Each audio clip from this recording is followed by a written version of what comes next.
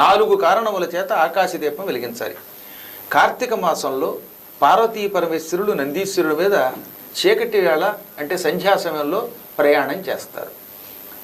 ఏ ఆలయం దగ్గర ధ్వజస్తంభం మీద ఆకాశదీపం వెలుగుతుందో అటువంటి ఆలయానికి వాళ్ళు ఆనందపడి వస్తారని, ఆలయం దగ్గరకు వచ్చారంటే ఆ ఊళ్ళో వాళ్ళందరినీ అనుగ్రహిస్తారని మనకి భారతం చెబుతున్నది.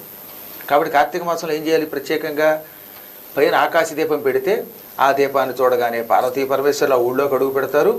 ఒకసారి ఊళ్ళోకి అడుగు పెట్టారంటే ఆ ఊళ్ళో వాళ్ళందరినీ కూడా ఎన్ని పాపాలు చేసినా తొలగించి వాళ్ళని అనుగ్రహిస్తారు.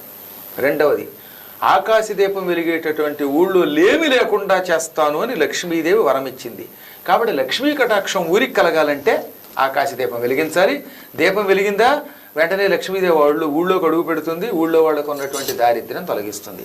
ఇంకా మూడవది, పూర్వకాలంలో ఈ ఆకాశదీపాన్ని బట్టి అక్కడ ఒక